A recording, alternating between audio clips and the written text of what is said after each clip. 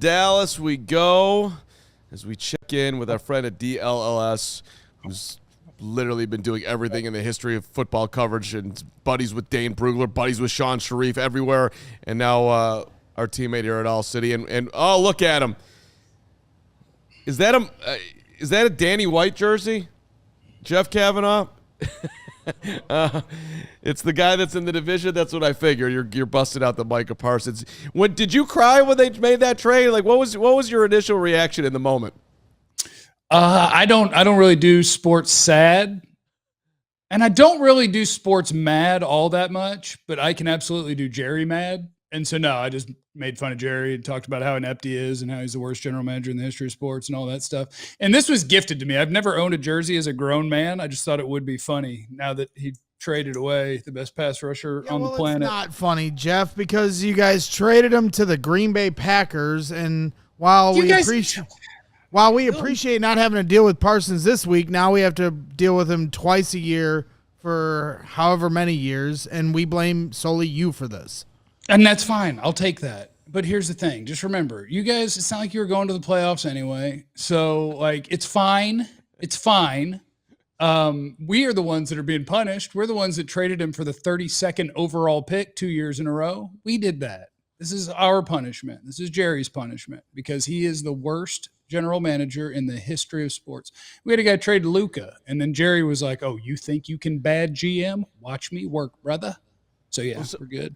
So you are aware of Chicago Bears ownership up here. We're not exactly setting the world on fire up here. I just, we could have a competition here. I'm not sure if you'd rather have Jerry or George McCaskey. This guy probably right here, you probably would take Jerry, wouldn't you? Yes. Like all day. Well, Jerry's the best. No. Keep it. Don't you mess me up now. Jerry is the best owner ever. He's just the worst general manager ever. Okay, and that happens to all be happening in the same body. Well, that was the thing, and I know we got to get to the Bears-Cowboys game, but a week before the trade, I had watched all that America's Team documentary, and by the end of it, I was like, I love Jerry Jones. I mean, you're talking about, like, my background as a bricklayer for 20. This guy comes from the oil fields, just hard hat, lunch pail, and then turned this whole thing around, flipped the NFL on its head. I came away impressed with his story. I didn't, know the entire thing. Then he trades Micah Parsons. I'm like, never mind, I hate him. Don't let him trick you either. He did. He tricked me in that. He tricked me. He's not hard hat lunch pail. He had enough money that he could take out gigantic loans from people to own the oil rig. He wasn't out there pumping. He wasn't out there roughnecking. Don't let Jerry fool you. He was owning stuff the whole way. The Jerry propaganda worked on me. I came away. I was like, man, I love this dude. I was so poor that the Teamsters loaned me a bunch of money to own 15 pizza parlors, and boy, I got it out the mud. Yeah, okay, all right, champ. Hey, how are the Cowboys fans? How are you, Jeff? Enjoying Matt Eberflus as your defensive coordinator? I think it's great. I think there's nothing better than a coach who just does what he does and just doesn't worry about what his players are good at. I think that's incredible. I think it's great when you have a press man corner like Trayvon Diggs and you tell him, here's what we're going to do, buddy. You ready to be a zone corner? And Trayvon's like, I've played 0 snaps of zone in my entire life. And he's like, all right, sounds good. You got it. And then you take Donovan Wilson, who doesn't have a reverse button. He'll wear number 6 for the Cowboys. He's a safety for the Cowboys. And he doesn't know how to move backwards. And so Eberflus is like, here's the thing. Really like that cover 3. And I know we have a free safety on the team, but sometimes I want you to do that. Why? I don't know, but it'll be fun. It'll be a great experience. But he doesn't have reverse. And so he's just standing there and he's like, when do I get to go forward? When do I get to go forward? Oh my God, they scored again. So I think it's also great that every time you blitz, you get really good results. And every time you don't, you get really bad results. And so that makes you never blitz. And so, yeah, I think Flus is off to a great start. Yeah, I think he's crushing it. Well, so that's interesting, and this is what we've been used to. I mean, for the years he was the head coach here, we'd be ripping our heads out on 3rd and 12. We knew what was coming, and that was that the corners were going to play 10, 15 yards back, and they'd give up the first down. It was almost comical how it would happen over and over. But I'm curious from your perspective then when you talk about, all right, when we blitz, it works. When we don't, it doesn't. Why don't we do this more? Are you anticipating, because of this vendetta game and Caleb Williams and him kind of knowing his limitations, that you might see a different Matt Eberflus from his philosophy this week, and he's going to dial it up a little more because of the quarterback and the team he's going up against? Or do you think he's going to stay with the old Flus philosophy? I want to believe that he's going to do things differently because of what you're saying. Like, it makes sense. I've got 2 weeks of evidence that when I send somebody extra, that good things are happening. We're forcing incompletions. We're making quarterbacks have to actually read what's going on, move off of their spot. And Caleb Williams, especially this year so far, if it's clean, stuff's good. And for a guy who moves so well and has the arm to put a ball anywhere he wants, he still struggles when that's what he's doing. And so, yeah, I would think that you would do that. It would make sense that you would do that. But it would also make sense that when you take over a team as the defensive coordinator, that you're familiar with what the players are good at, and you kind of try to put them in a position to succeed. And so if I had to guess, I will guess on the side of Flus is going to Flus, and he's going to do what he does.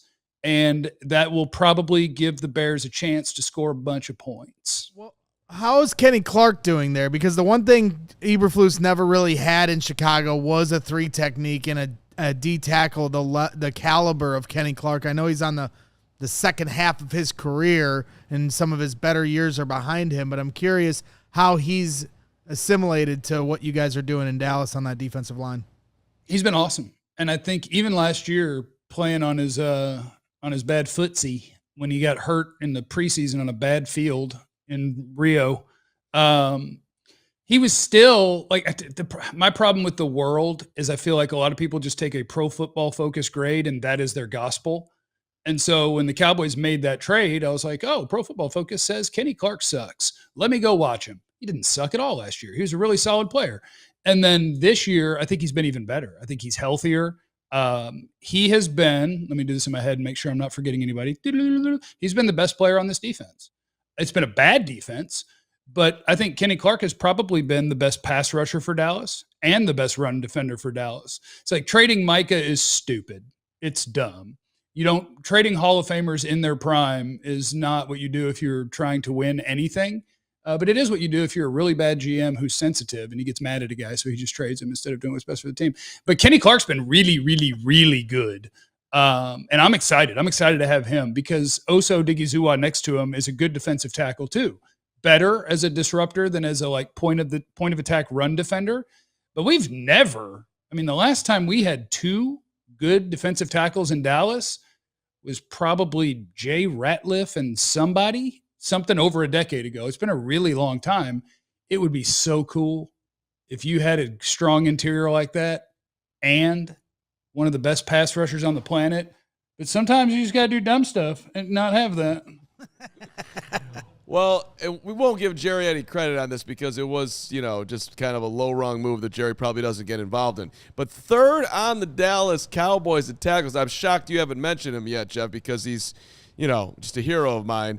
And I called him the sand. I called him the sand god when he was here. Can we get the jersey out, please? That'd be sweet. Jack Sanborn in the middle of that Cowboy defense. He didn't get a chance to play the middle like he's doing down there here. But the Flus has just employed him. And I will admit that he has looked a little slow at times, but my guy, good old Jack Sanborn, have you fallen in love yet with 57? Before the season started, I think we were half in love. We were hyping up Sanborn because when he got opportunities in Chicago, I thought he looked like a good player. Like, that guy deserves a chance to be a starter. He deserves a chance to play a bunch of snaps. And then he got out there and Matt Eberflus treated him like he was Fred Warner. And so now my opinion of Sanborn has gone the entire other direction. I think the Cowboys linebackers for the most part have been bad so far this year. Murray had a nice little bounce back game last week, but if you pull a guard or do any sort of misdirection, he'll knock Sanborn out of the play. It goes into the same thing. I think Eberflus is asking people to do things they don't do. Suddenly Jack Sanborn's supposed to be, when you run cover 2, you got 2 deep safeties, and if anything's going down the seam, guess who gets to cover that? The middle linebacker. And it's like, all right, here is Jack Sanborn 30 yards downfield trying to stop a Wan'Dale Robinson bomb. So I liked Sanborn, and I like everyone as a person, and I cheer for everyone as a person. Not a big Sanborn football fan at the moment, but it's mostly Eberflus's fault, which guess whose fault that is ultimately? Jerry's. There we go. Everything is Jerry's fault at all times. Well, while we're on the discussion of players that me and Carm have loved that may not be worthy of a typical roster spot, but we have this affinity for him anyway. I was a big Reddy Stewart guy last year. He made the roster for the Bears, or at least the practice squad. He made some plays in preseason. Deron Bland is out. I know Bears fans are probably happy about that. And it's obviously not great for you guys. So just curious how this secondary is going to shake out, when they come to Chicago here on Sunday. So Reddy Stewart he's the starting nickel.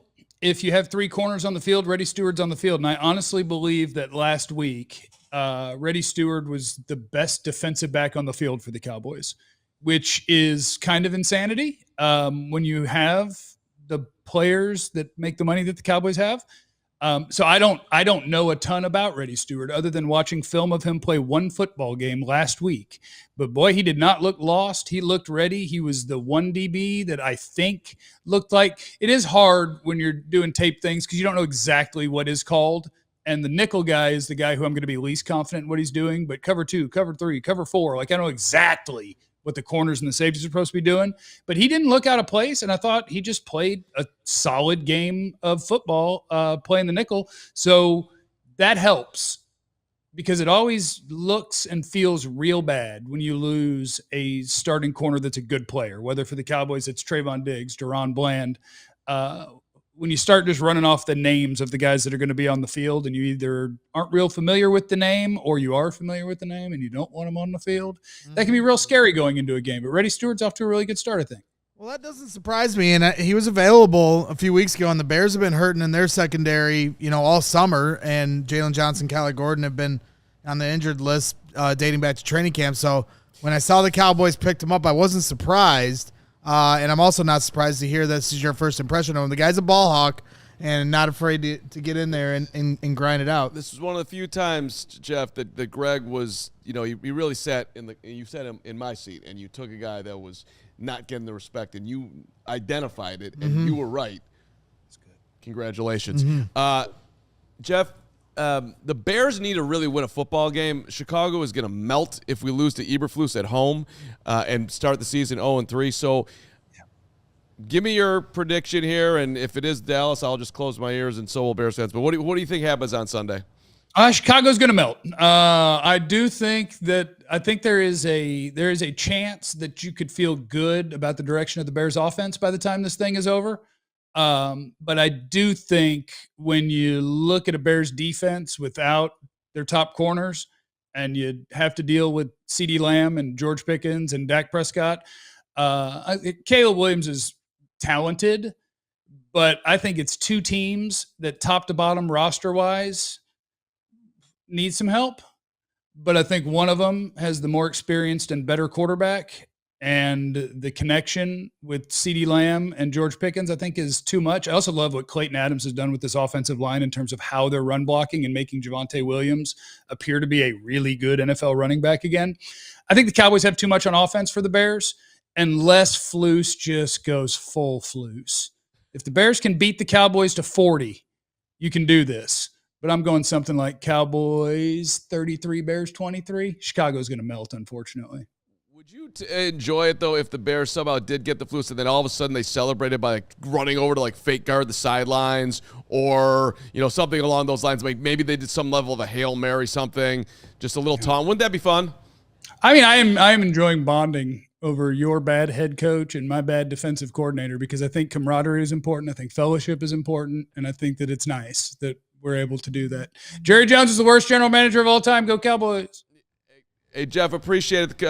Our fans loved you, and they want you to take my job and come up here. So hopefully that won't happen for me, but it's a nice up there. Yeah, there you go. You don't want to do that. Appreciate it. Enjoy the weekend. Thanks for making the time, brother. Love you. Jeff Cavanaugh, DLLS.